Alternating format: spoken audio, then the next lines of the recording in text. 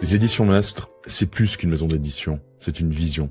Une vision enracinée, fidèle à l'esprit catholique, qui place la beauté, la vérité et la qualité au cœur de chaque ouvrage publié.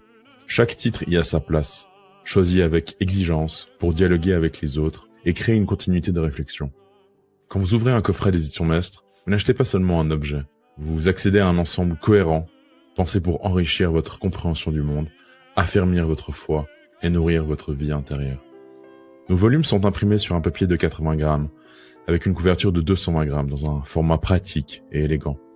Nous travaillons avec soin chaque aspect, typographie lisible, mise en page équilibrée, reliure solide, parce que la forme doit servir le fond et non l'écraser. Que vous choisissiez le coffret du cœur de l'homme, le coffret voix de la perfection intérieure ou l'un de nos autres ensembles, vous offrez, ou vous offrez, une bibliothèque vivante qui se transmet et qui marque. Dans un monde saturé d'écrits éphémères et d'opinions volatiles, nous faisons le choix de l'intemporel. Et nous vous invitons à en faire autant. Découvrez nos coffrets sur éditionmastre.ch et faites entrer dans votre vie des livres qui ne se démodent pas parce qu'ils touchent à l'essentiel.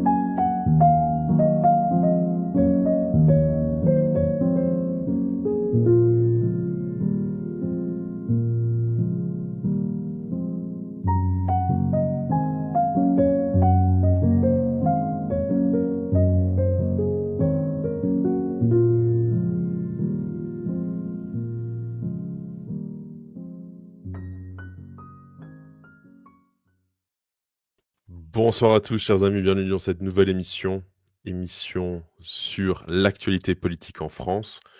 Comme noté dans le titre de cette émission, de la crise de régime perpétuelle. Donc ce soir, nous allons évidemment analyser le sujet, le creuser, un petit peu offrir un petit peu des perspectives de réflexion. Et cela, évidemment, nous allons le faire avec Guillaume Bernard, historien des idées et politologue. Cher Guillaume Bernard, bonsoir et mille merci d'avoir accepté mon invitation. Bonsoir Xavier, bonsoir à tous les spectateurs, je ne sais pas s'il faut dire téléspectateurs, mais en tout cas, bonsoir à tous et on va essayer d'être à la fois le plus précis et je dirais le plus intelligent possible, parce que c'est vrai que dans les querelles politiques que nous avons aujourd'hui, on n'est quand même pas tout à fait, je dirais, dans les hautes sphères intellectuelles. Alors, j'ai hésité à commencer l'émission avec cette phrase. En France, il y a deux partis de gauche, dont l'un s'appelle, par convention, la droite. Est-ce que vous validez cette petite citation, respectivement petite blagounette? Oui, oui, oui, vous savez très bien que j'essaye de faire la distinction entre ce qui est de droite et ce qui est à droite.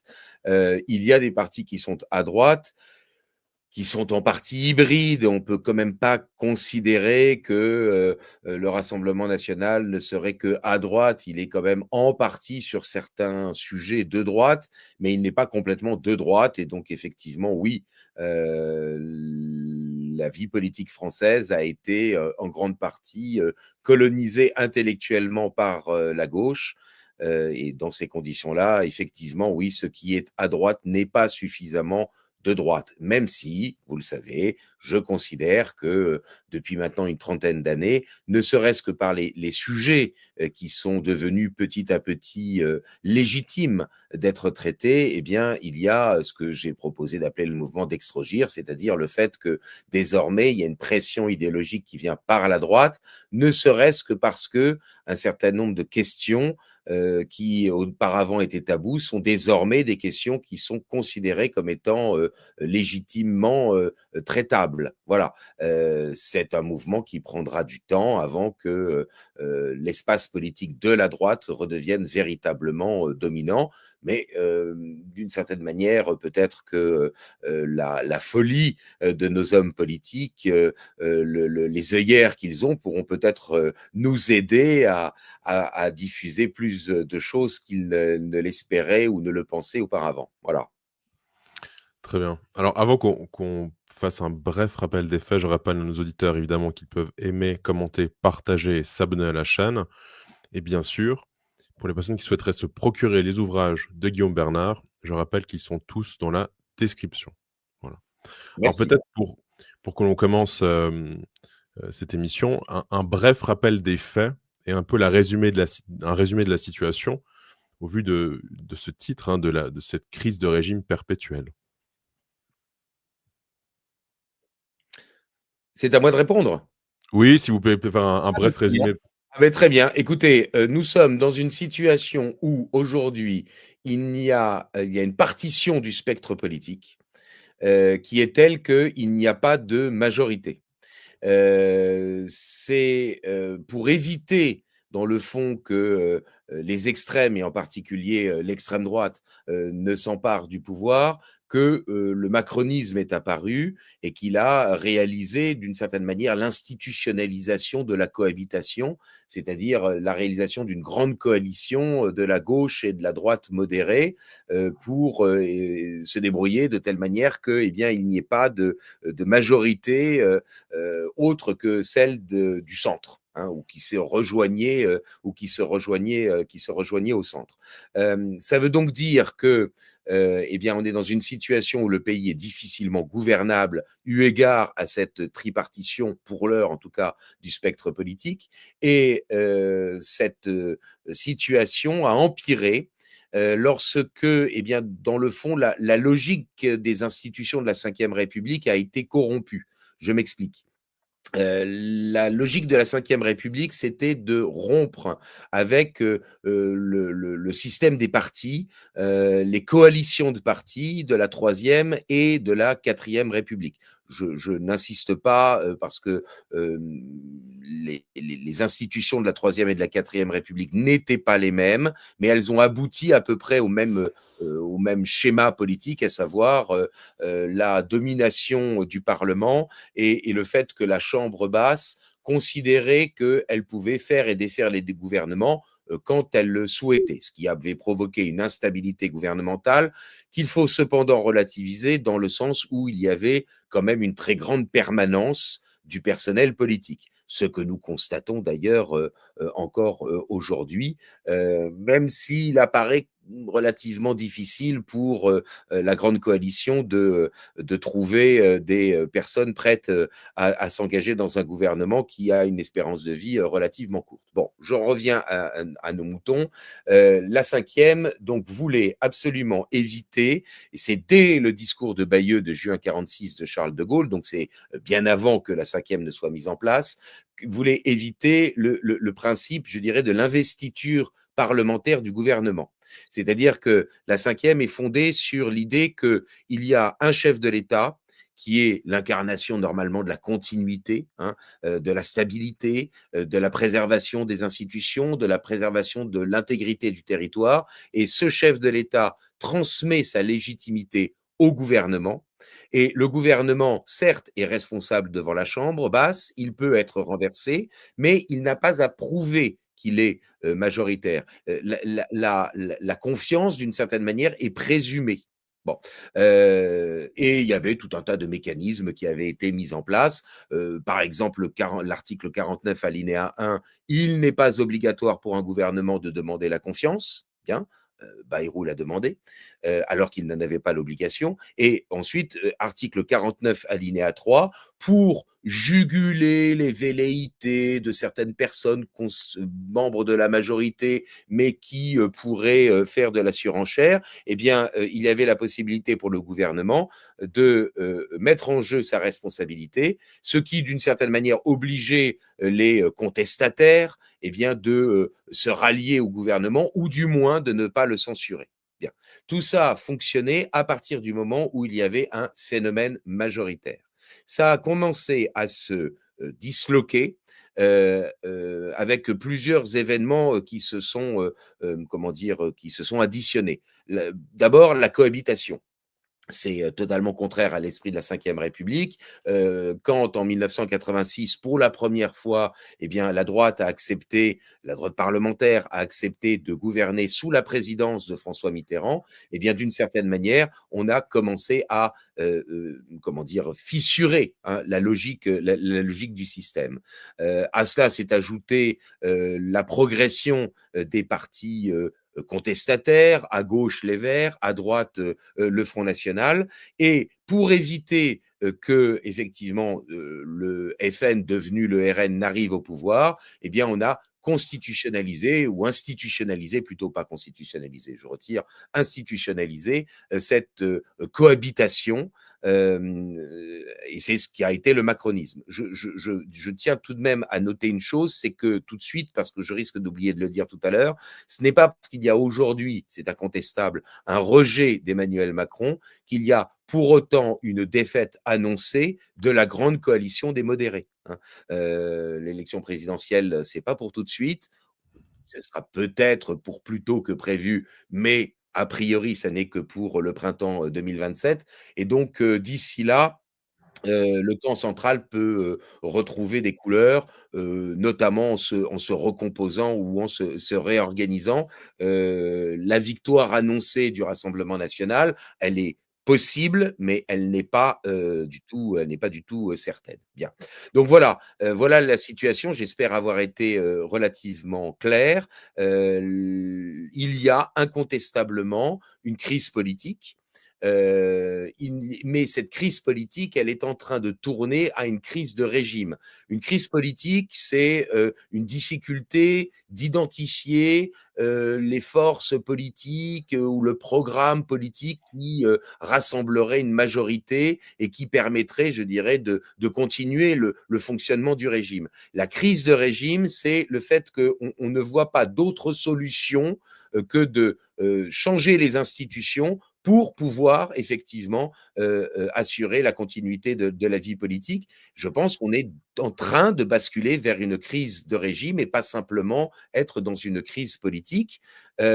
Crise de régime parce que, et alors c'est l'élément que je rajoute, si vous le permettez, au dysfonctionnement que nous avons évoqué, la cohabitation, la grande coalition, la tripartition, il s'avère que depuis quelques mois, et plus particulièrement depuis quelques semaines avec la chute du gouvernement Bayrou, on est en train de délégitimer totalement le recours à l'article 49 alinéa 3. Hein, c'est-à-dire le fait que, eh bien, dans le fond, on mette en jeu la responsabilité du gouvernement et qu'on oblige ce gouvernement, enfin, on oblige les oppositions comment dire, à manifester réellement leur prise de position sur un sujet. J'espère être clair. On est en train de légitimer, dans le fond, le fait que une majorité qui n'est pas capable de gouverner ensemble, ce qui est le cas hein, lorsqu'il y a une coalition RN-LFI, eh bien cette majorité serait légitime à détruire alors qu'elle ne peut pas construire. Et ça, c'est vraiment, me semble-t-il, le nœud du problème. Je suis peu suspect d'avoir de la sympathie pour Emmanuel Macron ou pour les gouvernements macronistes, mais je suis tout de même un peu étonné de ce que on délégitime l'article 49 alinéa 3 et que l'on considère que dans le fond, même si des camps politiques ne sont pas capables de gouverner ensemble, ils puissent détruire, alors que, par exemple, dans un régime similaire, il n'est pas identique, mais similaire, qui est le régime allemand, par exemple, il y a ce qu'on appelle la défiance constructive. On autorise évidemment le renversement de n'importe quel chancelier de son gouvernement, mais à condition qu'on soit capable de le remplacer. Or là, on admet politiquement en France qu'on puisse renverser un gouvernement ou ne pas lui octroyer, ne pas lui reconnaître la confiance, alors même que ceux qui renversent ce gouvernement ne sont pas en capacité d'exercer le pouvoir à sa place. Sincèrement, il me semble que très clairement, c'est un dévoiement des institutions de la Ve République. Alors, moi, ça ne me dérange pas outre mesure, mais est-ce que l'on est bien conscient qu'effectivement, on est en train de basculer d'une crise politique à une crise de régime? Ça, je n'en suis pas tout à fait certain. Voilà, j'ai été peut-être un peu long, mais je crois que ça méritait quelques éléments explicatifs. Oui, non, non, aucun problème.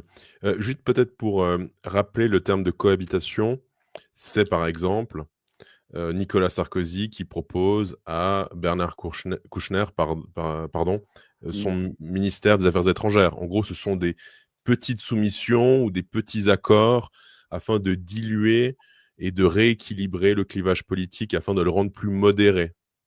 Alors, il y a ça, mais disons que dans la vie politique française, c'est surtout le fait qu'un président de la République est confronté à une élection législative qui arrive en temps et en heure, ou qui est anticipée, c'est le cas de Chirac en 97, ou qui arrive en temps et en heure en 86 ou en 93 pour François Mitterrand, et qui eh bien, perd ses élections et qui reste au pouvoir alors qu'il a perdu ses élections, puisque c'est le camp politique adverse qui les a gagnées. Et donc, dans ces conditions, eh bien, il va nommer des gouvernements qui ne sont pas de son camp politique. Il s'avère que c'est totalement contraire à l'esprit de la Ve République, puisque le président eh bien, nomme le gouvernement et donc, d'une certaine manière, devrait nommer des personnes qui mènent la même politique que la sienne. Or, Mitterrand, puis ensuite Chirac, n'ont pas démissionné, ils sont restés au pouvoir. Et il faut le reconnaître, ces épisodes politiques ont fonctionné, c'est-à-dire qu'il n'y a pas eu de blocage des institutions. Il n'y a pas eu de blocage, mais il n'empêche que ça a commencé à les faire dysfonctionner. Et on le sait bien, la progression des forces politiques contestatrices est en partie due à cela, c'est-à-dire que dans la mesure où il y a un brouillage des repères politiques, eh bien évidemment, toute une partie des électeurs se sont reportés sur des partis qui étaient considérés comme eh bien, tenant un discours plus clair et plus iconoclaste ou plus indépendant, je dirais, de cette coalition. Voilà. Alors, avant qu'on revienne un petit peu sur l'actualité du jour, il y a un terme qui est très souvent évoqué ces derniers temps dans l'actualité, c'est celui du chaos. Et certains, notamment j'ai écouté l'autre jour Pascal Praud, pendant ma pause de midi.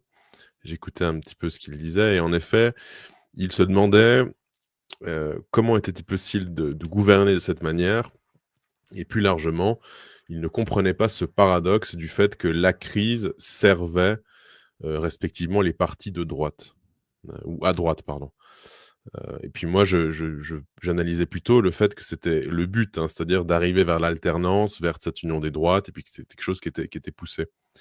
Et au-delà de ça, il semblerait que la crise, le chaos, soit devenu aussi une nouvelle norme, une nouvelle manière de gouverner. C'est-à-dire que, depuis de nombreuses années, les crises s'enchaînent, se ressemblent très souvent. Quel est votre regard par rapport à cela? Par rapport à la crise comme moyen de gouverner? Écoutez, c'est une question très délicate. Je suis pas sûr que, comment dire? Il faudrait déjà se mettre d'accord sur, que signifie le chaos. Est-ce qu'on peut considérer que de manière parfaitement machiavélique, un certain nombre de gouvernants auraient délibérément cherché à, endetter un pays, pour, au final, comment dire? Les spolier dans leurs propriétés privées, comment dire? Comment dire, ou les réduire en quasi-esclavage par des taux d'imposition extrêmement élevés. Bon, je suis toujours très dubitatif sur ce genre de stratégie supposée dans la mesure où il faudrait que cela exclue totalement dans leur esprit, si jamais des personnes faisaient ça, que le régime ne s'effondre pas, que ce ne soit pas des forces politiques, comment dire, infréquentables qui finissent par l'emporter. C'est quand même un jeu extrêmement, extrêmement dangereux. Moi j'ai donc peut-être un peu de mal, je dirais, à imaginer un scénario aussi, aussi machiavélique. Bon, Non, non, mais je alors, vais juste. allez-y, pardon. Non, non, je vous en prie, mais ce que je veux dire, c'est que je n'ai pas non plus envie de moi de parler de complot et puis de caves sombres. Je donne juste l'exemple de la Suisse, qui est pourtant la plus grande démocratie au monde. Vous avez quand même un certain nombre de procédures du type Non, mais je référendum. plaisante, hein. Moi, c'est vraiment enfin, bref, je suis très critique de la démocratie en Suisse, mais de Oui, manière générale, pour dire, on sait que, par exemple, de manière économique, l'immigration coûte. Il y a beaucoup de rapports qui sont publiés en France, en Europe, en Suisse. On sait aussi qu'il y a des problèmes qui en découlent, que ce soit la criminalité, etc. Là aussi, il y a des chiffres qui sont très souvent proposés en Suisse, en France et en Europe. Et pourtant, les flux migratoires ne s'arrêtent pas et cette politique d'accueil ne s'arrête pas. Et donc, on pourrait tout simplement se dire, au-delà de l'esprit machiavélique, etc., que eh bien, le gouvernement qui souhaite, comme une machine ou comme un corps, il souhaite être en bonne santé, être sain, et donc il doit couper dans des dépenses budgétaires inutiles et il doit regarder où, malheureusement, eh bien, ça lui pose problème. Et on se rend bien compte que le sujet de l'immigration, bien visiblement, ça n'est pas vraiment un problème pour les gouvernements, alors que factuellement, si. C'est pour ça que ce que je voulais alors sous-entendre, c'est j'ai par compris. rapport à la crise et aussi Macron qui fait des sorties comme «nous sommes en guerre». Enfin, il y a toujours un vocabulaire ou un champ lexical qui est très, malgré tout, qui manque de stabilité, je trouve. Alors, il y a 2 choses, j'ai mieux compris. Alors, la 1re chose, c'est que on gouverne par la peur. Machiavel l'a dit, «Il vaut mieux être craint qu'aimé». Bon, ce qui naturellement n'est pas une position, catholique, hein, ça c'est très clair. Bien, Mmh. donc que Macron, ou d'autres, eh bien, cherchent à intimider, à apeurer, pour, obtenir d'une certaine manière, eh bien une servitude, une acceptation de mesures, y compris liberticides, ça a été le cas avec la crise du coronavirus, eh bien ça c'est parfaitement exact. Ce que vous appeliez le chaos, c'est objectivement le chaos migratoire, le chaos budgétaire, mais de leur point de vue, est-ce que ça en est véritablement un? C'est-à-dire que à partir du moment où vous considérez que, eh bien, il ne doit y avoir de contrat social, de corps social, que, en incluant l'ensemble de l'humanité, eh bien, vous forcez les peuples à, comment dire, un métissage culturel, déjà culturel, par la standardisation des conduites, par, une consommation, identique, par, le déracinement des traditions et par eh bien, une immigration de peuplement, de leur point de vue, c'est considéré comme étant quelque chose de positif. C'est en cela que, vous voyez, tout à l'heure, je ne comprenais pas bien votre question parce que je l'avais comprise dans le sens où ils feraient délibérément quelque chose qu'ils considèrent, eux, comme étant négatif. Or, ce qu'ils font, ils le considèrent comme étant positif. Hein.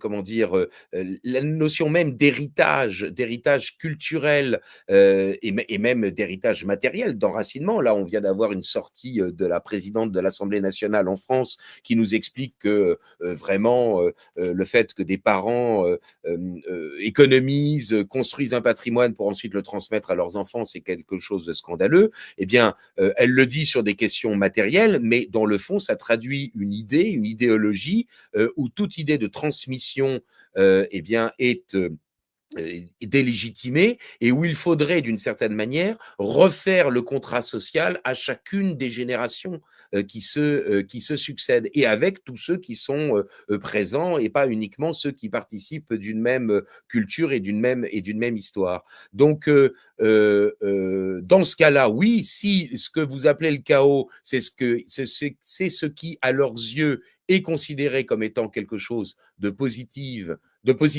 et même de nécessaire, c'est-à-dire dans le fond le grand nivellement, la grande uniformisation, eh bien dans ce cas-là, oui, ils le font, là pour le coup, ils le font délibérément. Oui. Très bien. Alors maintenant, je vais partager peut-être deux articles. Un premier article assez intéressant. Ça nous pourrait aussi parler peut-être de Baptiste Rapin et ses théories managériales, parce que là, en effet, on voit qu'il y a, par rapport à ce chaos et cette manque de stabilité, quelque chose quand même d'assez impressionnant. 107 nouveaux ministres en 3 ans, donc ça c'est un article du Monde. Comment la valse des gouvernants s'est accélérée depuis la réélection de Macron. Renouvellement incessant, disparition des piliers du macronisme, droitisation, ça on pourra en parler évidemment avec plaisir. Parité en recul, ah oui, bah ça c'est l'esprit égalitaire pour l'homme, homme-femme, enfin femme-homme, comme faudrait dire. Ce que racontent les compositions des derniers gouvernements.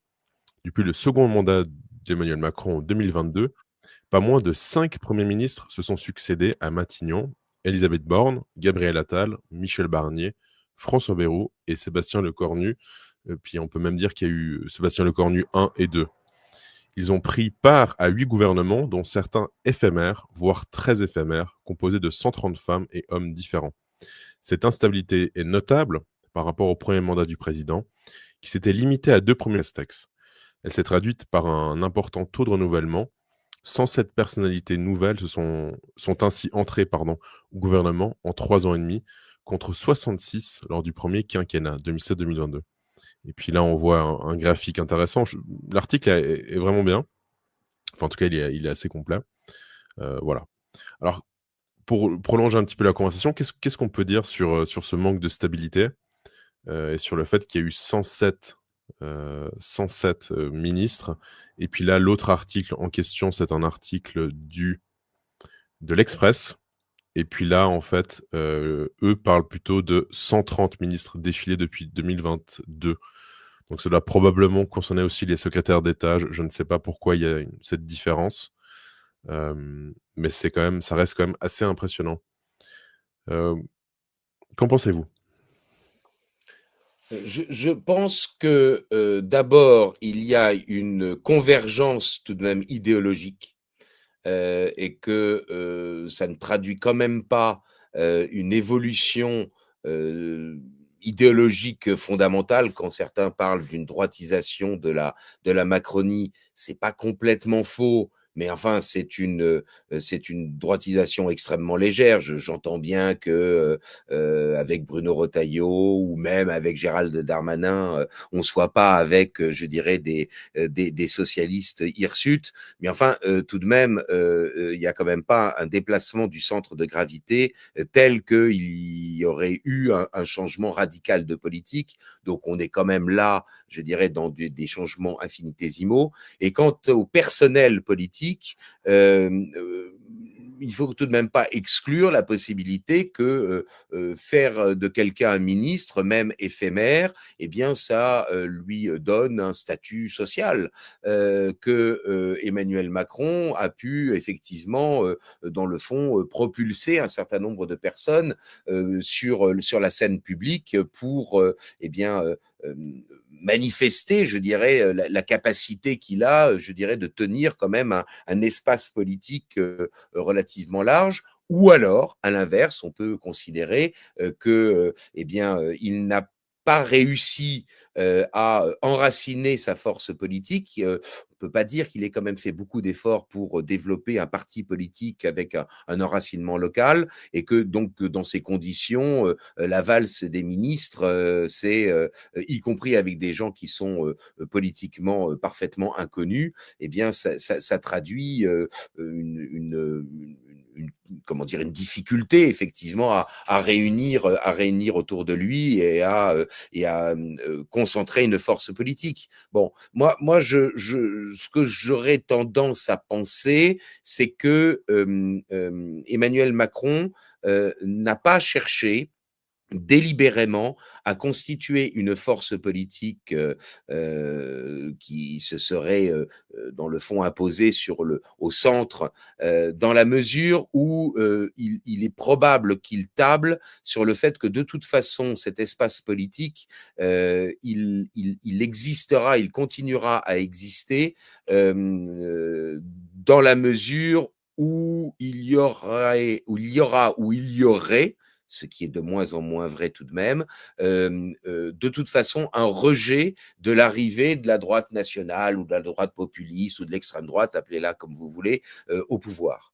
Dans le fond, cet espace politique, il n'existe pas en tant que tel, il existe par rejet de ce que sont les autres. Vous savez, je ne sais plus si on en avait parlé dans une émission précédente, mais on avait évoqué au 19e siècle ce que Frédéric Bluch avait dit à propos des centres, hein, le centre orléaniste et puis le centre bonapartiste. Et le centre bonapartiste, c'était un centre par synthèse des extrêmes, tandis que le centre orléaniste, c'est un centre par rejet des extrêmes. Bon, eh bien, moi, j'ai tendance à penser que si René Raymond, vous savez, celui qui avait écrit en 1954 un ouvrage sur les droites en France, et il avait identifié 3 familles politiques qu'il positionnait à droite, hein, qui étaient donc la vraie droite, la droite authentique, la droite réactionnaire, contre-révolutionnaire, légitimiste, etc. Et puis, il avait identifié 2 autres droites qui étaient en fait des anciens centres, hein, la droite bonapartiste et puis la droite orléaniste. Eh bien, je ne doute pas que si René Raymond avait connu Macron, il aurait rangé le macronisme dans la droite orléaniste, ou du moins dans l'orléanisme, dans le libéralo-orléanisme, qui effectivement n'existe fondamentalement que parce que, eh bien, il permet enfin, il s'oppose, hein, à ceux qui le contestent. Voilà. Et donc, voilà, je dirais que ma réponse, elle est je dirais, elle est moins précise sur la question comment dire, des ministres en eux-mêmes que sur le positionnement politique et les forces politiques telles qu'elles existent aujourd'hui. Aujourd'hui, l'orléanisme ou le macronisme, c'est la réunification du libéralisme économique qui avait glissé vers la droite du spectre politique à cause, je dirais, de l'éclosion et de l'émergence et du développement de la gauche collectiviste. Toute la gauche n'est pas collectiviste, mais enfin, c'est celle qui a été principalement dominante au XXe siècle, et du libéralisme culturel qui était, dans le fond, resté à gauche, c'est-à-dire mai 68. Hein. Et donc, on a cette réunification du libéralisme, et ce qui m'a permis de dire sur une autre chaîne et dans une autre émission avec un autre intervieweur qu'il existait, contrairement à ce que voulait laisser entendre évidemment LFI, eh bien, il existe un continuum idéologique entre la gauche et la Macronie ou le centre ou l'orléanisme, appelez-le comme vous voulez. Ça va être de plus en plus difficile de l'appeler le centre macronien, eu égard au rejet d'Emmanuel Macron. Mais cet espace politique-là, il existe tout de même. Et là, il y a un continuum, il y a véritablement un continuum idéologique. Il n'y a qu'à voir, par exemple, le wokisme, qui est particulièrement, je dirais, soutenu, hein, par exemple, les écologistes en France. Certes, ils utilisent une rhétorique révolutionnaire, celle de la lutte des classes, mais ça n'empêche que le wokisme est avant tout, je dirais, une idéologie dont les ressorts sont libéraux. Et ça, je suis assez étonné que ça ne soit pas plus mis en exergue. Et puis j'ajouterais même qu'il ne faudrait quand même pas oublier que la rhétorique de la lutte des classes, qui a été reprise par le marxisme, était à l'origine un concept libéral. Donc, si vous voulez, on est quand même certes, il y a des oppositions au sein de la modernité, mais la modernité est quand même une et ce qui explique, à mon sens, ce continuum. Voilà, je pense que j'ai très largement débordé dans ma réponse, mais c'est ainsi. Non, non, aucun souci, vraiment.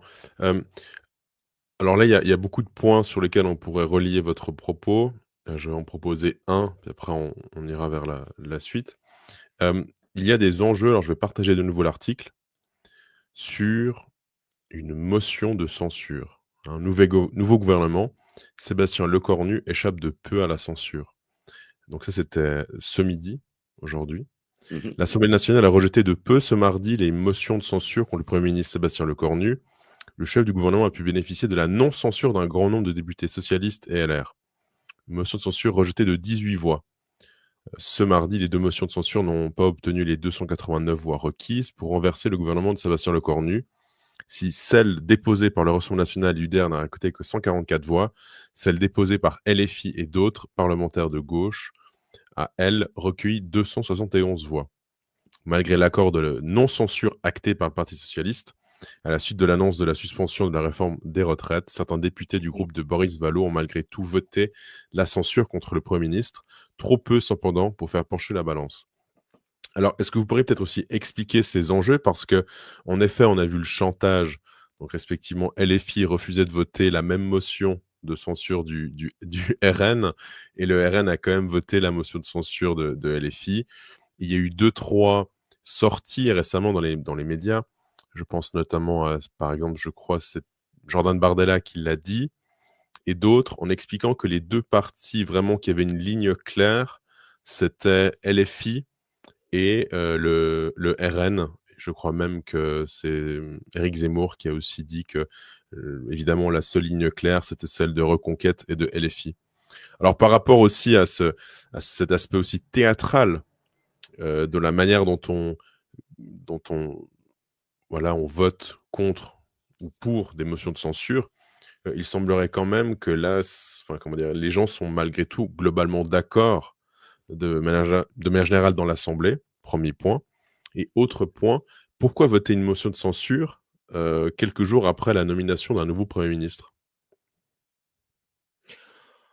Alors, il y a beaucoup de choses, hein. Pardonnez-moi, Xavier, j'espère que je ne vais pas en oublier. Non, pas de souci. Pourquoi est-ce que, enfin, quelle est la problématique du Parti socialiste en France? Sa problématique, c'est d'essayer de continuer à exister indépendamment de LFI. C'est-à-dire ils ont fait un score lamentable à la présidentielle de 2022, moins de 2%.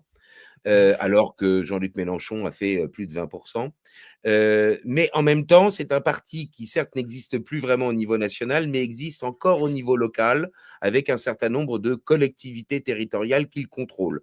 Encore que, aux dernières municipales, et elles reviennent là dans quelques mois, ces municipales, les écologistes, ou les Verts, devrais-je dire plutôt, parce que c'est leur faire un bien grand honneur que de les qualifier d'écologistes, eh bien, les Verts ont commencé à tailler des croupières au Parti socialiste et sont en passe peut-être de leur chipper encore plus comment dire, de collectivités territoriales. Donc, le Parti socialiste, il est dans un enjeu de survie. Est-ce que alors que par ailleurs, ça a été dit d'ailleurs sur un certain nombre de médias, y compris, comme on dit, mainstream, le Parti socialiste a toujours parmi ses, comment dire, ses membres ou ses compagnons de route, beaucoup de personnes dans la haute administration et donc a une influence incontestable sur le fonctionnement du pays. Le PS a besoin de continuer à exister en sortant de l'alliance électorale avec LFI, donc l'ancienne NUPES, l'actuel Nouveau Front Populaire. Et donc, en fait, ils ont besoin d'obtenir notamment un mode de scrutin aux prochaines législatives qui pourrait leur permettre de ne plus être dans cette alliance électorale et donc de regagner leur indépendance. Sincèrement, je pense que c'est plus ça qui a motivé, je dirais, leur prise de position. Et ensuite, ils ont essayé de négocier avec Macron et Lecornu pour obtenir un certain nombre, je dirais, de mesures symbolique ou non, on verra bien. Est-ce que ça sera véritablement pris dans le cadre du budget de l'État et de la loi de financement de la sécurité sociale? On verra bien, parce que vous savez bien que, par exemple, de la suspension de la réforme des retraites, il y aurait énormément de choses à dire là-dessus, mais on ne va pas trop comment dire, S'éparpiller. s'éparpiller.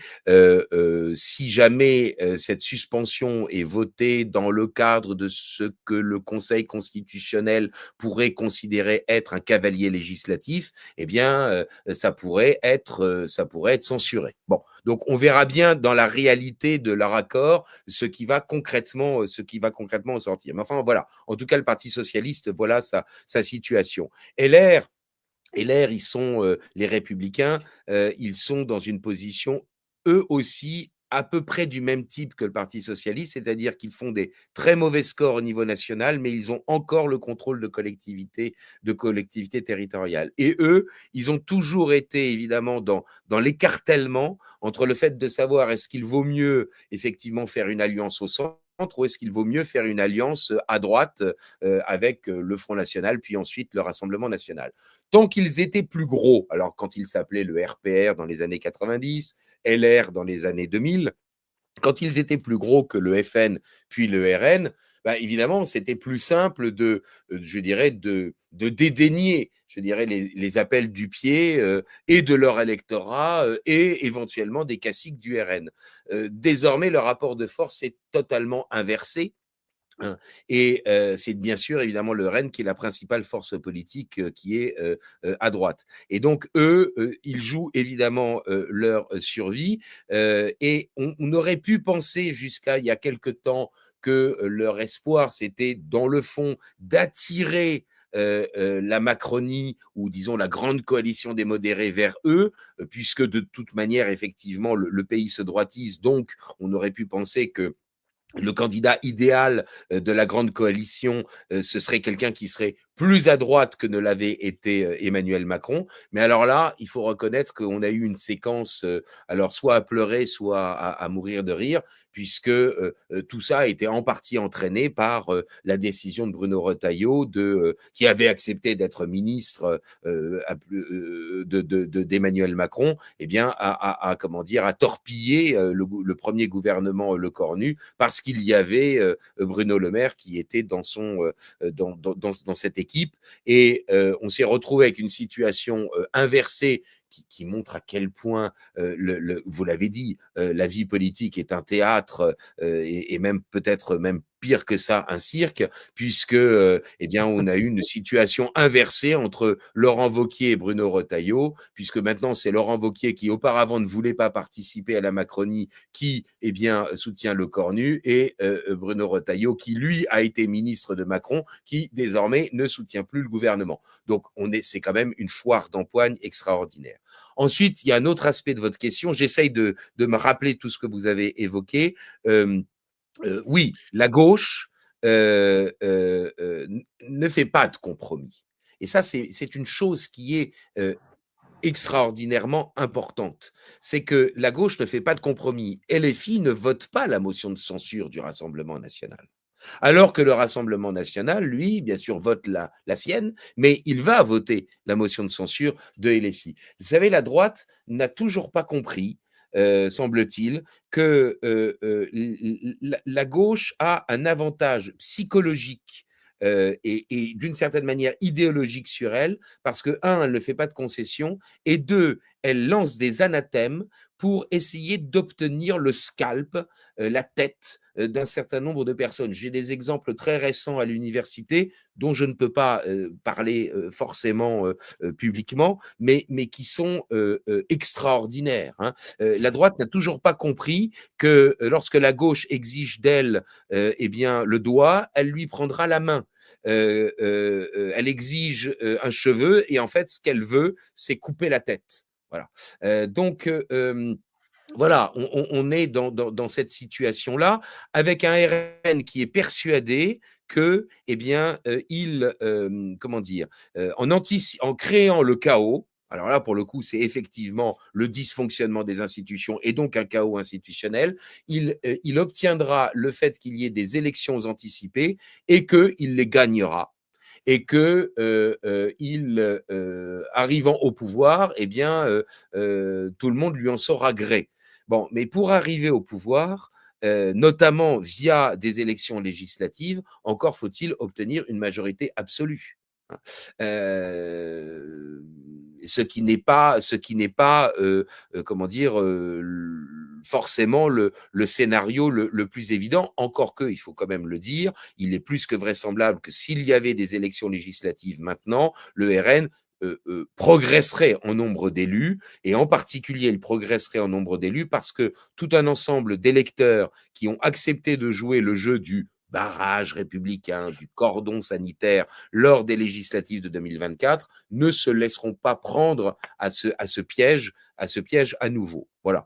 Mais c'est pas parce qu'il va augmenter le nombre de ses élus qu'il obtiendra forcément une majorité absolue, ce qui est donc évidemment là aussi, eh bien, le signe qu'on est dans une situation plutôt qu'une position, pardon, dans une situation relativement instable. C'est-à-dire que aujourd'hui, incontestablement, il y a une progression du RN, ne serait-ce que par rejet du reste de la classe politique, qu'il bénéficie encore aujourd'hui d'un vote utile parce que les organisations concurrentes qui, du style Reconquête, eh bien, apparaissent comme étant des fauteurs de troubles, et donc le RN bénéficie du vote utile au bénéfice à son bénéfice et au détriment de ses concurrents, mais rien ne nous dit qu'ils sont effectivement capables d'avoir une majorité leur permettant véritablement de gouverner. Voilà, j'espère avoir fait à peu près le tour de ce que vous aviez. Oui. Navré pour les questions des fois trop longues, mais c'est vrai que les Bon, choses sont très, très liées entre elles. Une question plus courte. Il y a, pour prolonger sur la question de la théâtralité, beaucoup parlent de l'éventualité que Macron démissionne. Il y a aussi on a vu aussi François Hollande défendre, Macron et le fait qu'il fallait protéger les institutions et qu'un président était élu pour 5 ans. Il y a même aussi Dupond-Moretti qui a défendu cette oui. position. Mais d'autres, en revanche, comme Gabriel Attal, se seraient retournés contre son ancien président, tout comme aussi, Édouard Philippe. C'est plus Quel est clair votre pour Édouard Philippe que pour oui, tout Gabriel à fait. Attal. Attal a dit: «Je ne le comprends plus». Philippe, il a explicitement demandé à Emmanuel Macron de quitter le pouvoir, certes pas du jour au lendemain, mais tout de même, en préparant les choses et en provoquant donc une présidentielle anticipée. La Est-ce que c'est logique de possible? Alors, est-ce que c'est possible? Oui, tout est possible, mais sincèrement, est-ce que vous imaginez, comment dire, quelqu'un, qui, a perdu les législatives de 2024? Certains disent que, de manière machiavélique, il voulait les perdre pour, faire accéder le RN, au pouvoir, pour le décrédibiliser, et que, du coup, le RN perde la présidentielle de 2027. C'est pas totalement, inenvisageable qu'il ait eu cette idée-là, puisque c'est Gabriel Attal qui a, comment dire, organisé à la tête du parti macronien les désistements de la gauche et du centre, les désistements réciproques pour faire barrage au RN, alors que, semble-t-il, Emmanuel Macron, lui, n'était pas favorable à ce type de connivence. Donc, on ne peut pas évacuer le fait qu'il ait eu au départ le scénario de mettre le RN au pouvoir pour qu'il échoue, ce qui n'est quand même pas tout à fait certain, hein, tout de même, c'est quand même jouer avec le feu. Rien ne nous dit que le RN échouerait complètement au pouvoir, en tout cas eu égard aux desiderata de la population.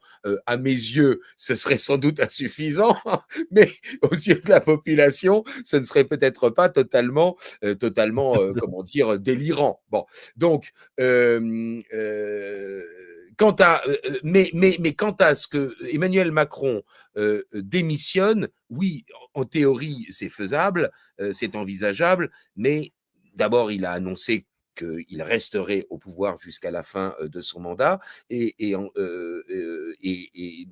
eu égard à ce qu'on l'on peut comprendre de sa personnalité, de sa psychologie, on peut tabler sur le fait qu'il va s'accrocher au pouvoir, jusqu'à la fin, sauf à ce qu'il y ait un effondrement du régime.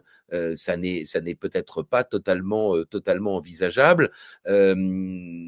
C'est pas en tout cas ce que les partis politiques déclarent souhaiter.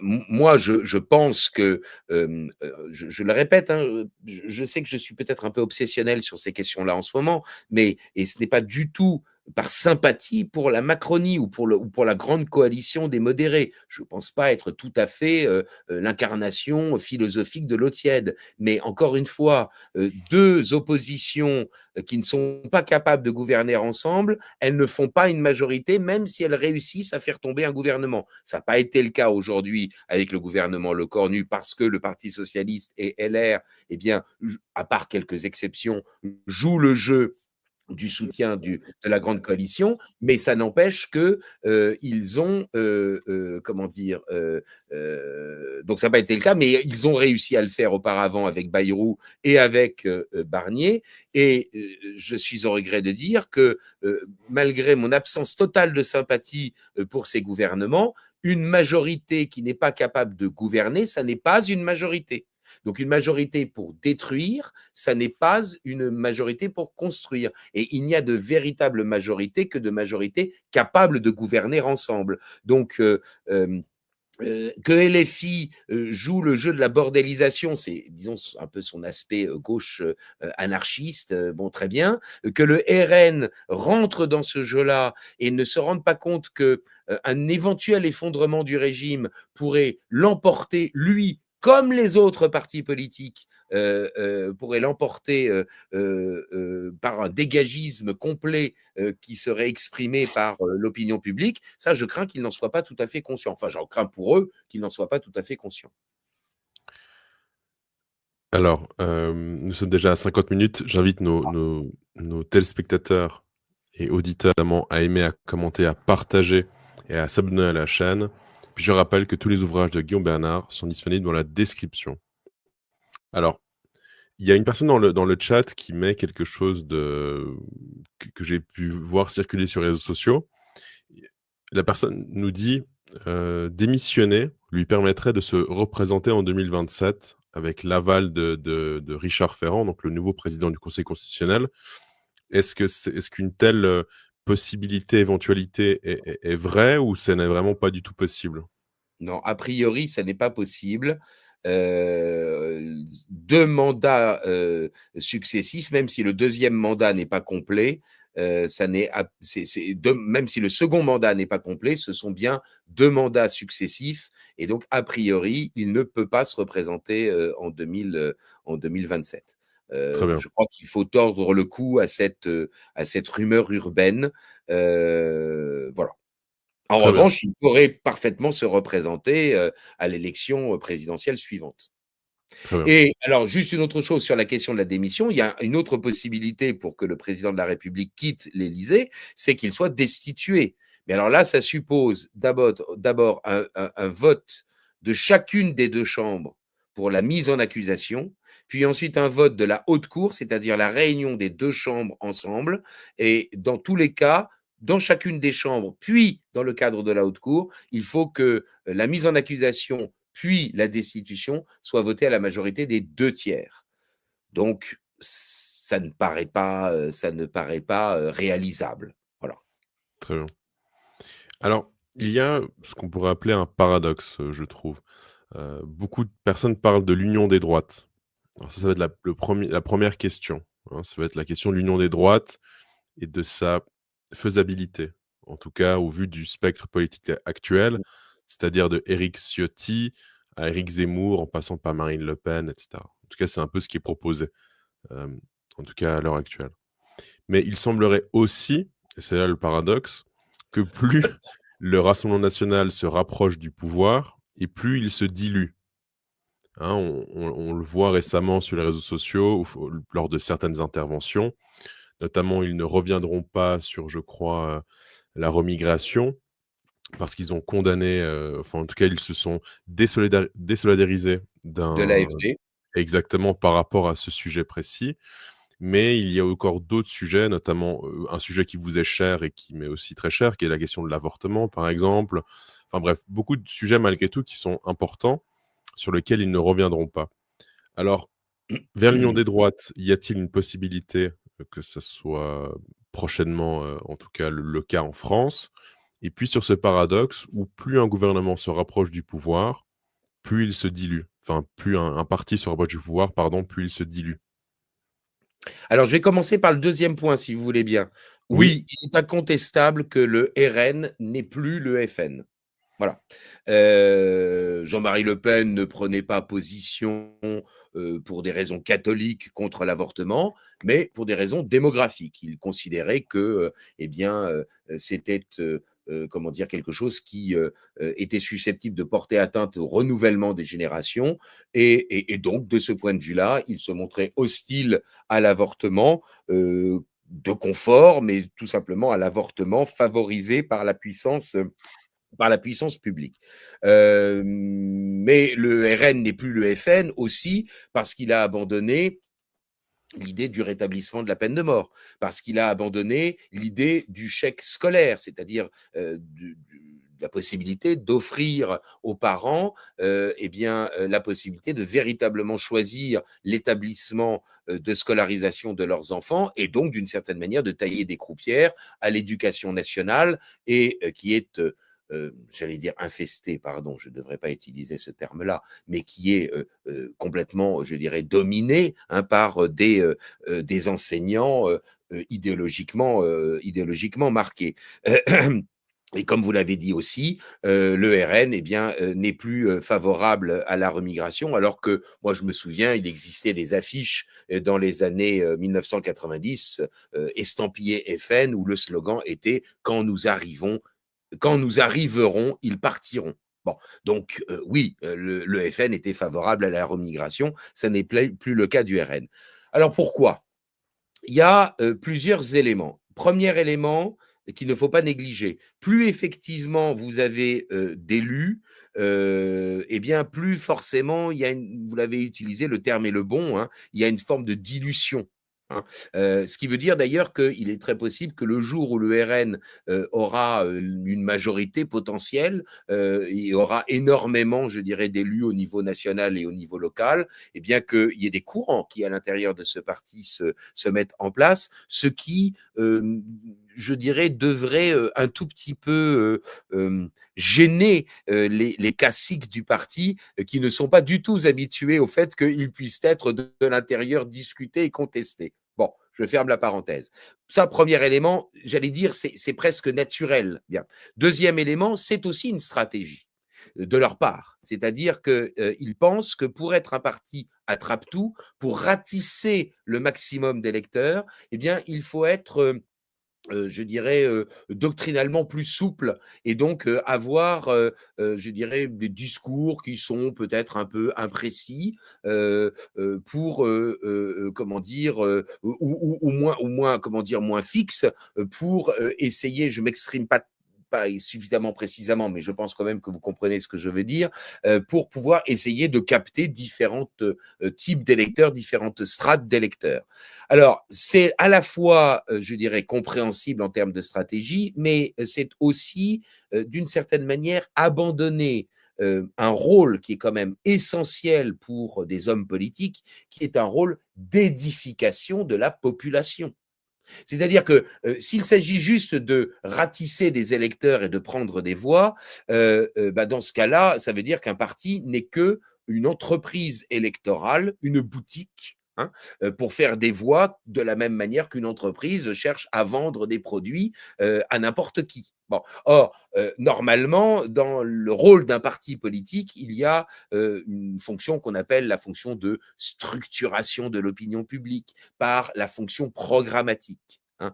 Et quand j'ai eu l'occasion de dire, là aussi, encore une fois, dans une autre émission, à un des caciques du RN, que il n'était quand même pas là que pour finalement flatter l'électorat, mais aussi pour essayer de l'instruire, eh bien, j'ai reçu une réponse extrêmement défavorable. Et malheureusement, je n'ai pas eu le temps. Alors, je vais rajouter cela dans votre émission, cher Xavier. Dans ce cas-là, ça veut donc dire que Jean-Marie Le Pen, dans les années 80, a eu tort de parler de l'immigration à une époque où le sujet était tabou. Parce que si aujourd'hui le RN ne doit plus tenir de position claire et nette sur l'avortement, le chèque éducation, la hiérarchie des châtiments et la défense de l'identité, soit en exigeant une véritable assimilation, je sais que vous n'êtes pas tout à fait d'accord, mais je le maintiens quand même, une véritable conversion à l'identité du pays d'accueil, soit si vous ne vous convertissez pas à l'identité du pays d'accueil, et bien dans ce cas-là, vous partez. Si ça n'est pas pour tenir des positions fermes, à ce moment-là, ça ne sert à rien. Et puis, il y a un autre élément qui est extrêmement dangereux, à mon avis, et qu'il ne mesure pas. C'est que plus on a un discours qui est imprécis, parfois, il faut peut-être le dire par manque de connaissances ou par manque de travail. Bon, je prétends pas être irréprochable sur tous les sujets. Hein. Moi, je ne prétends pas à l'omniscience dans tous les sujets. Hein. C'est pour ça que bon, bien. Mais je vous donne juste un tout petit exemple, si vous le permettez. Je trouve absolument extravagant que dans le fameux débat sur les retraites, personne parmi le personnel politique n'évoque le fait que les fonctionnaires d'État ne sont pas des retraités. Ils n'ont pas de retraite. L'État ne paye aucune cotisation sociale pour payer les retraites de ces actuels fonctionnaires qui ne sont plus en activité. Que nenni. Les fonctionnaires d'État sont payés à vie. Ils sont payés à taux plein lorsqu'ils sont en activité et ils sont payés à taux réduit lorsqu'ils ne sont plus en activité. Mais c'est le budget de l'État qui paye les entre guillemets retraites des fonctionnaires d'État. C'est-à-dire que les gens du privé en France payent des cotisations pour payer les retraites des retraités, plus des impôts pour payer les traitements à vie des fonctionnaires. Et les 3 400 milliards de dettes, à ces 3 000, ça n'est pas vrai, il n'y a pas que 3 400 milliards de dettes en France. À ces 3 400 milliards de dettes, il faut rajouter eh bien, ce qu'on appelle la dette induite, c'est-à-dire en fonction de l'espérance de vie des différentes personnes qui sont actuellement fonctionnaires d'État en activité ou en inactivité, eh bien, il faut rajouter à ces 3 400 milliards 700 à 800 milliards. C'est-à-dire qu'en fait, la dette publique en France, c'est plus de 4 000 milliards. Aucun parti politique, et notamment pas le RN, alors que c'est quand même son rôle, n'évoque ces questions-là. Donc, en tenant un discours imprécis, en refusant comment dire, de jouer ce rôle d'édification de la puissance de l'opinion publique, les hommes politiques eh bien, se mettent au devant de très graves difficultés, c'est-à-dire tout simplement une énorme déception de l'électorat qui leur a porté au pouvoir. Je pense que à vouloir trop plaire, c'est le cas du RN, et il va arriver au pouvoir. Il est vraisemblable qu'il va arriver dans les mois ou dans les années qui viennent, il va arriver en union ou pas en union, on va en parler dans une minute, il va arriver au pouvoir. Mais il aura tellement édulcoré son discours que il y aura un énorme risque, il y aura et donc n'ayant pas prévenu l'opinion publique, il y aura un énorme risque d'une énorme déception. Ça, je crois qu'il ne le mesure pas. Alors, Juste, allez-y. j'ai une capsule qui pourra, je pense, appuyer votre propos sur la fameuse union des droites. Et là, c'est monsieur Sébastien Chenu qui Mhm. s'exprime. Alors, on l'écoute, c'est 50 secondes. Droite, mais moi, je ne m'adresse pas aux Français uniquement de droite. Enfin, mes électeurs c'est dans ma ni droite ni circonscription, gauche. mais au-delà de la droite et au-delà de la gauche, c'est pas ni droite ni gauche. Moi, je viens de la droite et je suis élu dans une circonscription dans laquelle il n'y a jamais eu un élu autre chose que de gauche qui a été élu depuis 1958. Qu'est-ce que vous avez de gauche, vous, par exemple? une conscience sociale probablement affirmée. Et c'est vrai qu'on partage ça avec Marine Le Pen. On a une conscience sociale. C'est vrai que nous, le discours mort aux pauvres qu'on a longtemps entendu chez les Républicains, c'est pas le nôtre. Vous Il le va falloir partagez qu'ils avec Marine Le atterrissent. Pen, mais est-ce que vous le partagez aussi avec Jordan Bien Bardella, sûr, qui n'est pas bien sûr. tout à fait sur la même ligne? Si, il a une conscience sociale forte quand il défend Oui. la retraite avec 40 annuités à partir de 60 ans ou 42 annuités à partir de 62 ans. Il a une Mais conscience c'est Jordan sociale Bardella qui très avait dit aboutie. 60-62 ans, il faudra peut-être rehausser tout ça si les Il n'a finances sont jamais dit qu'il mauvaises. faudra rehausser tout ça. Il n'a jamais dit ça. Il a même Pendant dit, la campagne il a des même dernières dit, législatives. il a même dit Si. dernièrement, c'est un autothème.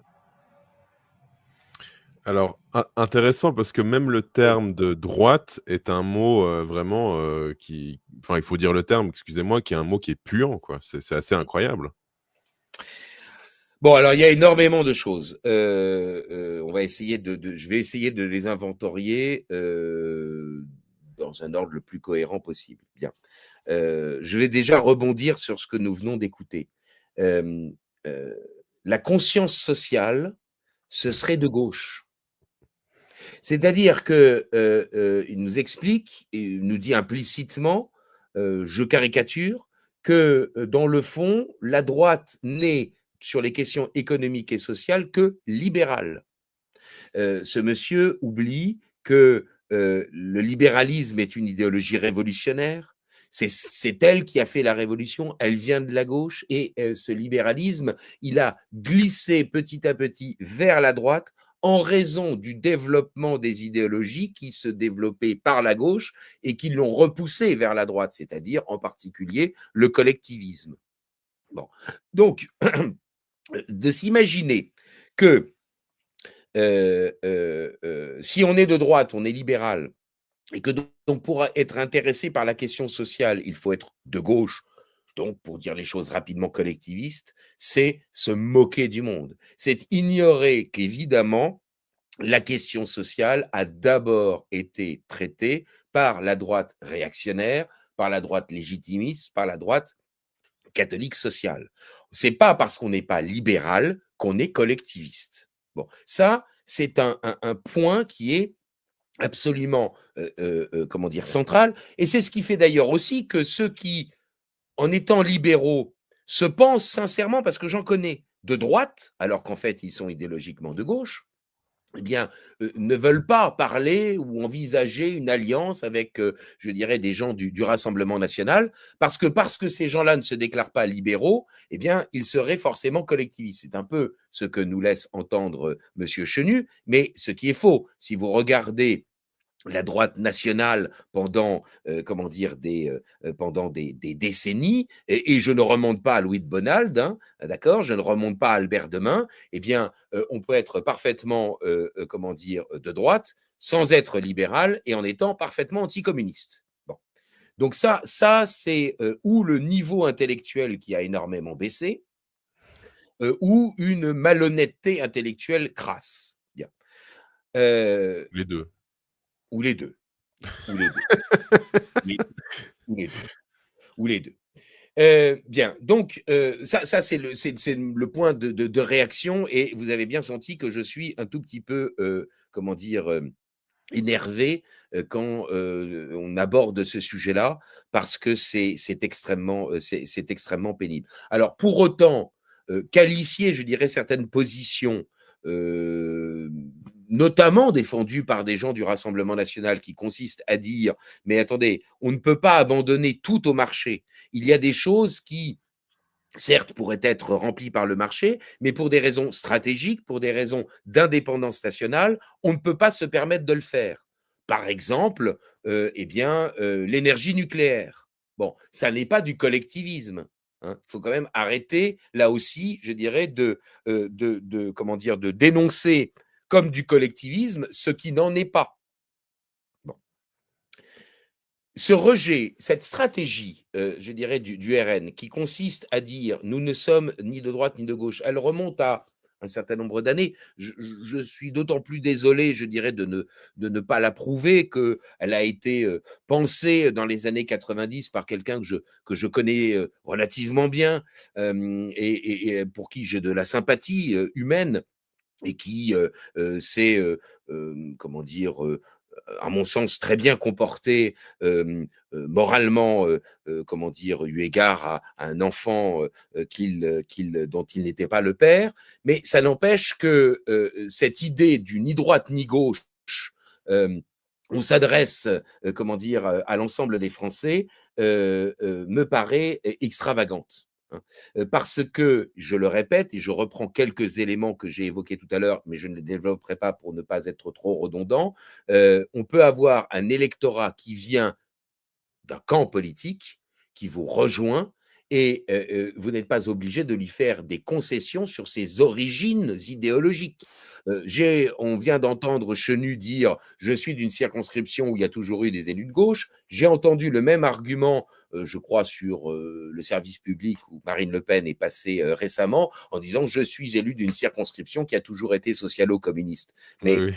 son rôle, c'est justement d'abord, pardon, premièrement, elle ne doit pas confondre les origines sociales avec un vote idéologique. C'est-à-dire que ce n'est pas parce qu'il y a des ouvriers, des employés, des catégories sociales dites inférieures qui votent pour le Rassemblement national que ces gens-là sont forcément originairement de la gauche. Je lui rappelle, ou je rappelle à tous, je ne l'apprends pas, je ne suis pas là pour l'agresser, hein, mais je vous rappelle quand même qu'un tiers des ouvriers votaient gaullistes.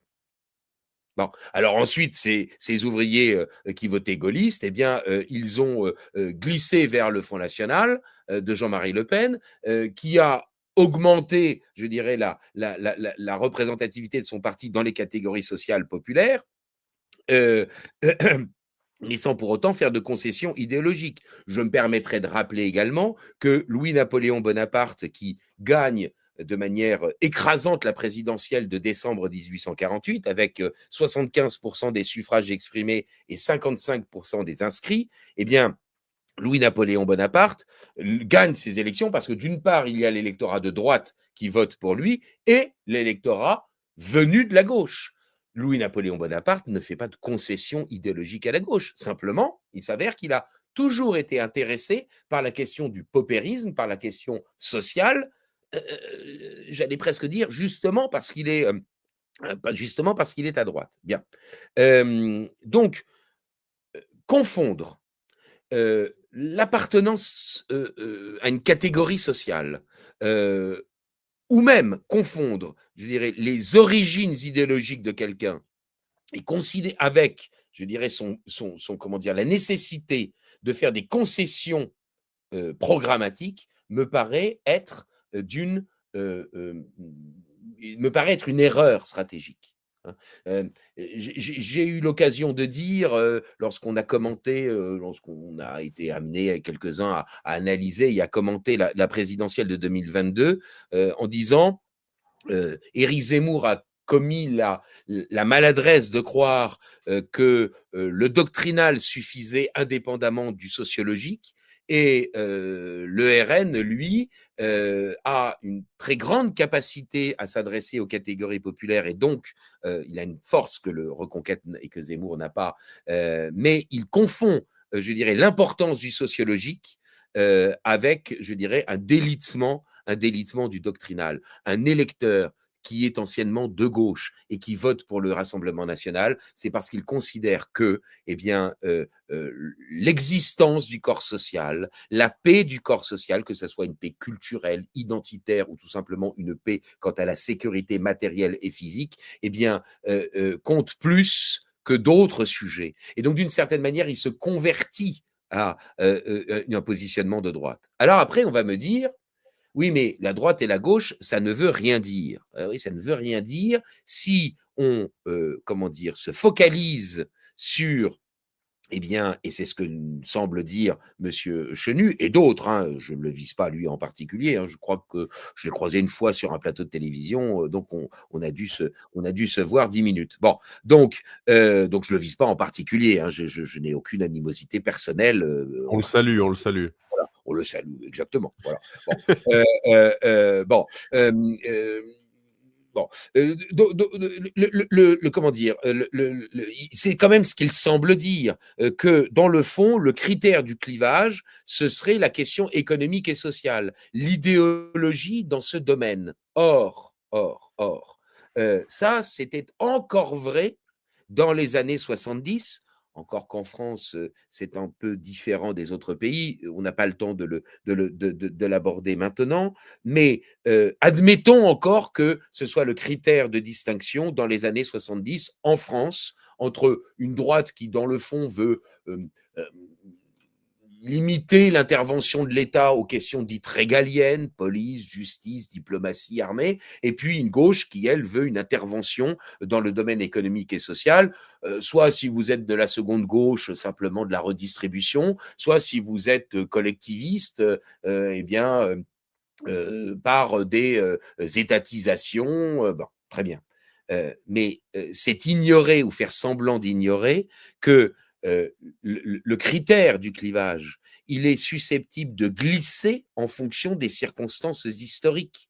Et en l'occurrence, depuis l'effondrement du bloc soviétique, depuis la décrédibilisation du collectivisme, eh bien, le critère du clivage, il a glissé sur les questions de sociabilité qui recouvrent une chose qui est parfaitement exacte que Marine Le Pen évoque, qui est l'opposition entre les nationaux et les mondialistes, sauf que elle réduit le critère du clivage à un aspect, celui qui l'intéresse, et elle ignore tous les autres. Or, il y a des questions qui sont exactement celles qu'elle évoque, opposition entre nationaux et mondialistes, mais c'est vrai en bioéthique, opposition entre conservateurs et progressistes. C'est vrai en matière d'identité, identitariste contre multiculturaliste, etc., etc.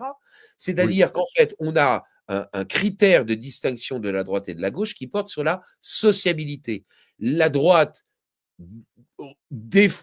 incarne l'idée d'une sociabilité naturelle. Michel Boyancé en parlerait bien mieux que moi, c'est-à-dire l'idée, n'est-ce pas, que l'homme est un animal sociable, que les corps sociaux sont inscrits dans un ordre naturel des choses, que dans le fond, on appartient à une institution, enfin disons, les corps sociaux ont des règles de fonctionnement qui sont données par cet ordre naturel et que les hommes doivent respecter, ils doivent se couler, ils doivent s'intégrer dans ces corps sociaux, que ce soit la nation, la famille, l'Europe et même l'entreprise. Et puis ceux qui considèrent que les corps sociaux sont des constructions artificielles dont les règles de fonctionnement sont données uniquement par ceux-là même qui ont constitué ces corps sociaux. Je vous donne juste un exemple pour ne pas être trop long, je sais que je suis déjà trop long. Est-ce qu'on est français parce que on se coule dans le corps national, c'est-à-dire qu'on se comporte conformément aux traditions, à l'identité, aux coutumes françaises, auquel cas on est dans une idée de la sociabilité naturelle, ou est-ce qu'à l'inverse,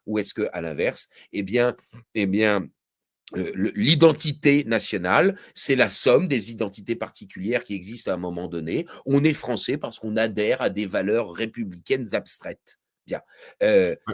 C'est ça l'alternative. Et de s'imaginer que, on est encore avec le clivage des années 70, ou à l'inverse, de refuser de la cohérence doctrinale et donc de dire oui, si on est pour la nation, l'identité nationale traditionnelle, ce qui est censé être le RN, on doit être également contre la loi Taubira parce que c'est la même logique, c'est le même enjeu. Ça, c'est absolument désolant. Bon, alors après, oui, le RN va arriver au pouvoir. Vraisemblablement, il y aura une union des droites, mais une union des droites qui sera en fait plus des ralliements que véritablement des alliances. Le rapport de force aujourd'hui est tel, le vote utile en sa faveur est tel que ça sera des unions, de façade. C'est-à-dire que ça sera plus simple de présenter un candidat avec une autre étiquette parce que ça permettra de faire semblant de dire qu'il y a un rassemblement qui va au-delà du Rassemblement national. Bon, voilà. Et le Rassemblement national va arriver au pouvoir. Et alors, vous voulez que je vous dise une chose horrible, vous pourrez le mettre enfin horrible, non, amusante. Vous pourrez le mettre je ne sais plus comment on appelle ça, en short. Oui, en short. Oui. Comment on appelle ça? Vous savez, les phrases un peu courtes, un peu péchues. Comment on appelle ça? Bon, ça y est, ça m'échappe. Alors voilà la chose importante. Vivement que le RN arrive au pouvoir, que l'on puisse faire de l'opposition constructive. Eh, Alors, ça vous fait rire. Oui, c'est voilà. c'est parfait parce qu'on arrive un petit peu vers la fin aussi de cette émission et sur, quelques points qui moi parce que là, on est sur le thème de l'identité en effet. Alors tout d'abord, un petit rappel parce que monsieur Chenu semble aussi oublier que c'est la gauche qui critique très souvent les pauvres. On se souvient de cette fameuse phrase qui avait été prononcée par François Hollande sur les 100 dents. Enfin voilà, il y a Monsieur Mélenchon qui nous explique que lui ne voyage pas en classe économique, il ne voyage qu'en classe business parce qu'il est mal au dos. Je ne sais plus quel était l'argument. Mais Enfin moi bref, aussi, hein. Et moi, j'ai fait mon baptême de l'air sur Tupolev 154 pour un Paris-Moscou et j'étais en classe économique. Je peux vous assurer que sur Aeroflot en classe économique, vous n'êtes pas bien installé. voilà. Enfin, dans le chat, il y a deux, trois personnes qui ont fait des commentaires et je les rejoins. Alors je vais les lire et puis après je Oui, oui, c'est prolongerai un petit peu la important. C'est conversation. important de voir comment les gens réagissent à ce que l'on peut dire. Voilà. Absolument. Alors, il y a une personne qui nous dit gauche-droite, personne n'y comprend rien, mais actuellement, elles vont dans le même sens.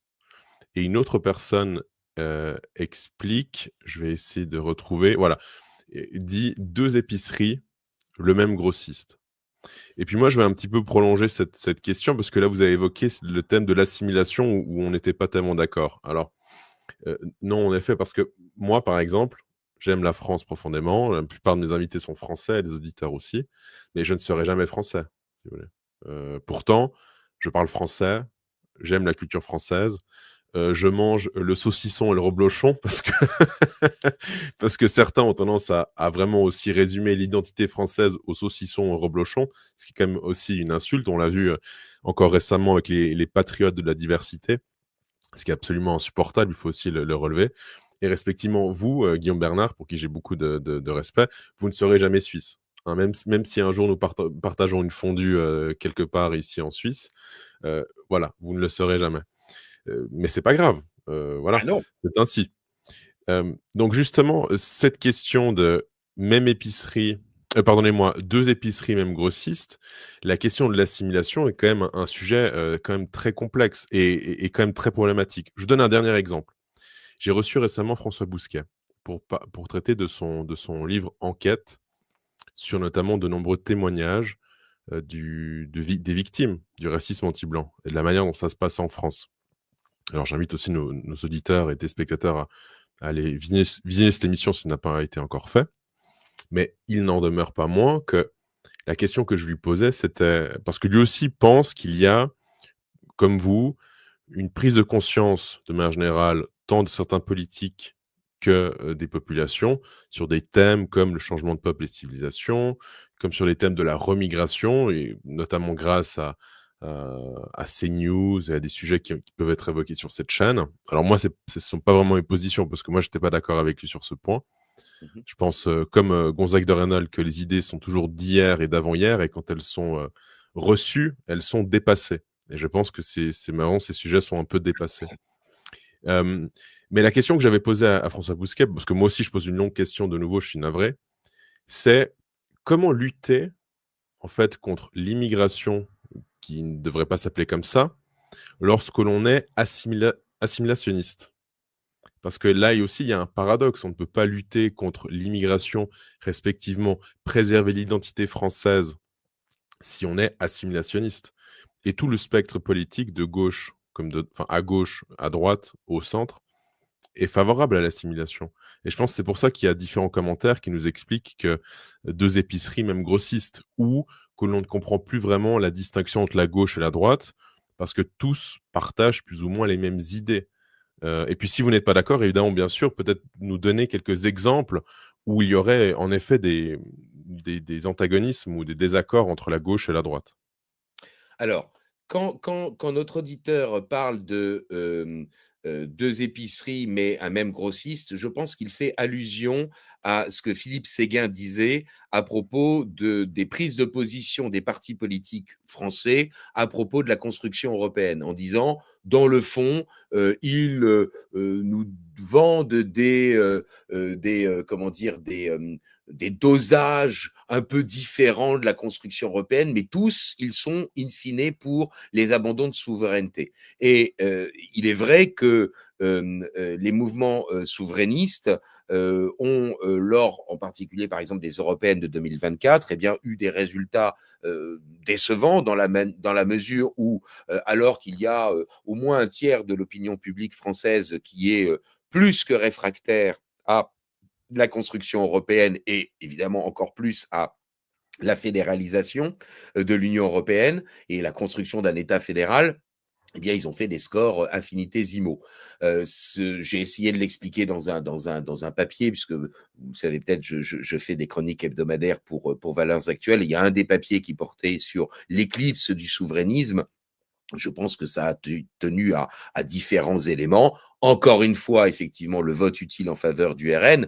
RN qui, aujourd'hui, profite de ce vote utile. Je fais une incise, hein, une petite parenthèse, alors qu'il se plaignait évidemment de ce que ce vote utile bénéficiait il y a 20 ans, eh bien, aux autres partis politiques. Bon, là, maintenant, il ne s'en plaint plus, évidemment, puisque c'est à son bénéfice. Bon, donc, les souverainistes ont fait des scores infinitésimaux. Il y a le vote utile en faveur du RN. Et puis, disons qu'il y a aussi le fait que bon, allez, je vais le dire. Le fait qu'on vende, à mon sens, très mal le souverainisme parce que certains se sentent systématiquement obligés de ramener ça au gaullisme, alors que où la personne de De Gaulle n'est plus connue, ou plus très connue, où la personne de De Gaulle fout des boutons. Et moi, je fais partie de la deuxième catégorie. J'ai, je dirais, un respect pour, comment dire, la personne qui, à l'évidence, avait une stature de chef d'État, mais il y a un certain nombre de mesures prises par De Gaulle qui font que je suis plutôt du côté de Georges Bidault, qui n'est pas suspect d'avoir été un collabo, puisqu'il était le successeur de Jean Moulin à la tête du Conseil national de la résistance. Or, Georges Bidault a pris le maquis en 62 parce que, évidemment, il était partisan des départements français d'Algérie. Bon, je ferme la parenthèse, mais voilà, je pense que notre auditeur faisait allusion à ça. Lorsqu'il parlait des grossistes. Et il est bien évident qu'aujourd'hui, les forces politiques françaises, elles partent du principe que, il serait envisageable de réformer, y compris les forces politiques, les forces politiques françaises du camp national populiste, partent de l'hypothèse qu'il ne faut pas apeurer l'électorat en préconisant le Frexit, etc., et qu'il serait envisageable de réformer le fonctionnement de l'Union européenne de l'intérieur en ayant une majorité nationaliste, souverainiste au Parlement européen et avec des États qui, naturellement, nomment les commissaires européens. Je ferme la parenthèse pour dire, et j'en reviens à la question, mais elle est quand même évidemment liée, la question de droite et gauche. On n'y comprend plus rien. Oui, on n'y comprend plus rien dans la mesure si on ne prend pas en considération le fait que le libéralisme a gagné, que aujourd'hui, LFI, même LFI, est une force politique hybride qui essaye de coaguler, bon an mal an, les diverses tendances de la gauche. Vous savez, Jacques Julliard a écrit un remarquable ouvrage en 2012 où il identifie 4 grandes familles politiques de gauche. Il identifie la gauche autoritaire, hein, Robespierre, Clémenceau, la gauche anarchiste, hein, Proudhon, encore que Proudhon est un auteur très intéressant, mais Proudhon, et puis, Ravachol, la bande à Bonneau, bon, très bien, la gauche collectiviste, je ne reviens pas dessus, et puis la gauche libérale. Et aujourd'hui, évidemment, il n'y a plus vraiment de collectivistes eu égard à l'effondrement de la crédibilité du système, notamment par la chute du mur de Berlin, enfin symbolisée par la chute du mur de Berlin. Et donc, la gauche, aujourd'hui, elle est une coagulation de ça. C'est-à-dire, vous avez des autoritaires, des libertariens, les wokistes, vous avez comment dire, quelques je dirais défenseurs, je dirais d'une intervention plus forte de l'État, mais ils ne sont pas vraiment collectivistes au sens communiste du terme. Et puis voilà. C'est-à-dire qu'en fait, aujourd'hui, le libéralisme a tellement conquis les esprits, y compris à gauche, que les divergences, elles sont comment dire, les divergences doctrinales, le continuum idéologique existe entre la gauche et le centre, et les divergences, ou la grande coalition centriste, et les divergences, elles sont donc infinitésimales. Et ce qui est aberrant, c'est que le camp national populiste fasse des concessions qu'il n'est pas obligé de faire, parce que même lorsqu'ils votent pour la constitutionnalisation de l'avortement, ils seront de toute façon toujours accusés d'être des partisans du patriarcat. Bon, donc en fait, ça ne sert à rien de faire ces concessions-là, et c'est même immoral, et c'est même profondément immoral. C'est sans stratégie et c'est immoral, à mon sens, en tout cas. Donc, le critère de distinction maintenant entre la droite et la gauche, ce qui est de droite et ce qui est de gauche, eh bien, c'est ce que je vous ai évoqué tout à l'heure, la question de la sociabilité. Et donc, j'en arrive à votre question sur l'immigration et l'assimilation. Comprenez-moi bien, l'assimilation, si elle est réelle, elle se fait d'abord sur plusieurs générations, et elle ne peut se faire que pour un nombre infinitésimal, ou du moins un nombre très restreint de personnes. Vous me dites que je ne serai jamais suisse, mais admettons que par nécessité, je doive m'exiler et que vous m'accueilliez gentiment chez vous. Bon, d'abord, je pense que je serai quand même un convive plus agréable que certaines populations que vous avez à subir. J'ose l'espérer. Et puis ensuite, moi, je ne serai pas suisse, c'est sûr, mais dans plusieurs générations. Mes enfants qui seront pas nés en Suisse, mais qui se seront mariés en Suisse, qui se seront enracinés en Suisse, auront des enfants qui peut-être, Oui, mais eux, là, pourront être considérés comme étant suisses. ça D'abord fonctionne. parce qu'ils ne viennent pas d'une culture qui est trop éloignée, et puis ensuite parce qu'il y aura un enracinement. Donc quand moi je défends l'assimilation, je défends l'assimilation parce que, je vous le dis très sincèrement, je n'ai pas une vision racialiste de la nation. Voilà, que les choses au moins soient clairement dites. C'est pour cela qu'effectivement, je défends la possibilité d'une assimilation. Mais il est bien évident qu'elle se fait lentement, sur plusieurs générations, qu'il est hors de question de donner la nationalité ou de maintenir la nationalité de personnes qui, comment dire, sont fraîchement arrivées, que l'assimilation ne peut se faire que sur une longue période et sur plusieurs générations et pour un nombre restreint de personnes. Voilà les conditions dans lesquelles je pense que l'assimilation est recevable. Oui, alors moi non plus, je suis pas racialiste au sens du terme. Il n'empêche que les Européens d'Europe sont blancs. Ça, je crois qu'on peut quand même le dire. Ce qui fait que même si nous allions vivre outre-mer, respectivement en Afrique, nous ne deviendrons jamais Camerounais, Ivoiriens ou que sais-je encore. Non, alors, ok, mais Malgré plusieurs générations, malgré de nombreux efforts. bon, maintenant, je vais vous dire très franchement, entre un Français blanc dégénéré et comment dire, une personne de couleur, comme on dit, Catholique tradit. catholique tradit, écoutez, moi, mon choix, il est relativement vite fait Ah non, mais pareil. en faveur du noir catholique tradit. Hein, voilà. Et pareil. Et je connais des noirs tradis et royalistes. Oui, non, mais Voilà. bien sûr. Après, on va pas non plus aller dans la comment dire? Je n'ai pas envie non plus d'aller trop dans ce genre de réflexion. Mais la réalité, j'en ai discuté avec d'autres personnes, notamment qui ont été invitées sur cette chaîne que je ne citerai pas.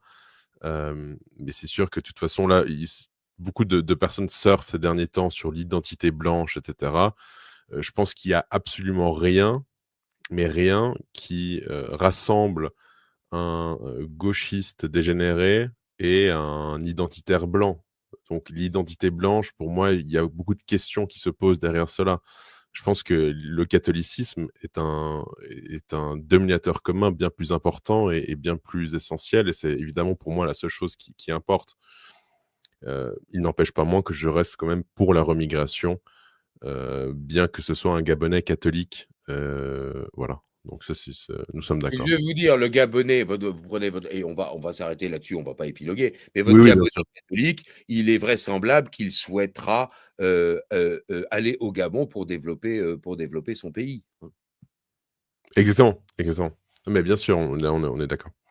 Parce qu'on accuse on termine là-dessus parce on accuse souvent les catholiques d'être tiers-mondistes, hein. C'est un peu aussi les attaques qu'on peut recevoir, parce qu'en effet, le catholique de gauche est plutôt universaliste, antiraciste et un peu imbibé de relativisme, notamment à cause de Nostra Aetate. Donc voilà, mais ça, c'est clair. Alors, dernier point, après on Un sujet qui mériterait, je ne sais pas, une émission avec quelqu'un de plus compétent que moi, mais qui permettrait vraiment comment dire, de poser les choses, c'est de bien montrer que ce n'est pas parce que le catholicisme est universaliste, c'est-à-dire qu'il s'adresse à l'ensemble de l'humanité, qu'il conduit à un déracinement culturel et social, ou qu'il conduit à un nivellement des différentes cultures. Ça, ce sont des dérives liées au nominalisme, lié d'une certaine manière, Miguel Ayuso va m'assassiner si jamais il entend ça, mais lié en particulier à la seconde scolastique espagnole. Et puis lié à, je dirais, des relents d'augustinisme politique. Je ne vous vise pas, cher Xavier, mais oui, je dirais à cette idée que dans le fond, comment dire, le politique est totalement insuffisant et donc mérite d'être absorbé entièrement par le religieux. Ça, ces éléments-là, mais qui ne sont que des dérives philosophiques et qui ne sont en rien dogmatiques dans le catholicisme, peuvent conduire à des prises de position politiques pour le nivellement mondial. Mais sinon, le principe de l'universalité du catholicisme ne conduit en rien à, je dirais, un déracinement des personnes. Oui, après, il y aurait beaucoup de choses à dire aussi sur ce qui se passe au niveau de cela. Mais en effet, peut-être un dernier point, comme ça on pourra conclure. Beaucoup de personnes, par rapport à toute la crise que nous avons abordée, parlent d'une éventualité de fin de 5e République. Quel est votre regard par rapport à cela? Parce qu'en effet, on sait que LFI propose une 6e République. Hem Et puis, évidemment, tout ce chaos, toute cette crise justifierait un changement de régime. Alors vous, qu'en pensez-vous? Alors, je pense qu'effectivement, on n'est pas simplement dans une crise gouvernementale ou politique, on est déjà dans une crise de régime. Je pense que le RN s'est tiré une balle dans le pied tout seul en validant le fait que le 49 alinéa 3 ne serait pas légitime et en acceptant l'idée que l'on puisse renverser un gouvernement. Vous allez dire, c'est 3 fois que je le dis, mais je le répète parce que c'est important, en considérant qu'il y aurait une majorité légitime à détruire, alors même que cette majorité n'est pas capable de construire.